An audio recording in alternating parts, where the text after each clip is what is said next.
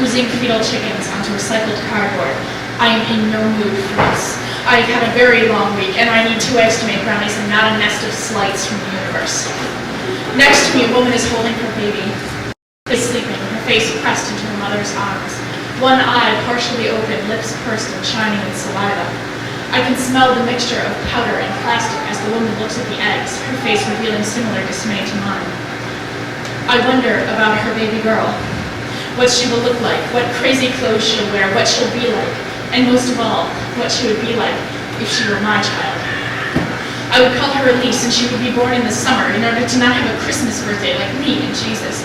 She would be a perfect baby with small fingernails and toes, and she would fall asleep on my shoulder in the supermarket. I would call her Elise, the only name I like for girls, and that would only be the first of the things that I would give her that I wish I had had. When I packed her lunches, they would be a buffet of fake fruit products and Twinkies. I would let her play with my makeup if I had any makeup, and I would let her dress up in my shoes, and I would read her Shakespeare and T.S. Eliot, and I would explain to her the racist and sexist parts and tell her how it's not okay to think those things, so she wouldn't grow up socially unaware. From the time she was old enough to watch them, she would understand why I hate Fight Club and love Thelma and Louise, and she would be a realized feminist who would buy stupid shit or take stupid shit from anyone. And I would make sure that nothing bad would happen to her, and she would have a childhood unlike mine that would be perfect, unmarred by trips to the hospital every week for the treatment of overly growing bodies. She would not be dependent on shots, unable to eat anything but bananas because they are soft enough to throw up easily. She wouldn't be a girl skin wrapped around medication, methotrexate, tricitra, and 6-methylpurine. She would be normal and perfect.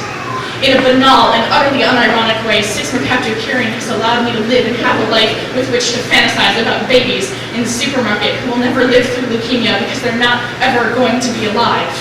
New outcome studies tell me that because of 6-methylpurine, I will never have children because I can never make eggs and might as well give up that hope. But other than that, I can feel free to live a perfectly normal life. And it's not like I've always dreamed about children. They've always been an after my career maybe option. And it's not like I think a woman's life can't be fulfilling without a child. But I always thought it would be a choice I got to make. The feeling is irrepressible that I am unsexed, decidedly unfeminine, in a backlash, wicked witch sort of way, and I'm too old to believe that, too smart, too well-read.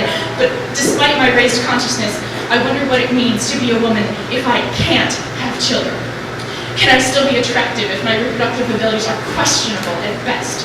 What use are my breasts, my vagina, for that matter, my blood, my life, if I can't? Not I'm not choosing to, but I can't do what I'm supposed to do, according to biology, tradition, my mother.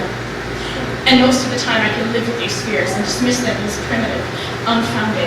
I'm useful for myself, not just a baby-making vessel. I can have a full life, be attractive and sexy without children to validate me. But when I see children asleep in the supermarket, I want to hold them and tell them their lives will be perfect, fill their heads with fairy tales and not sing lullabies.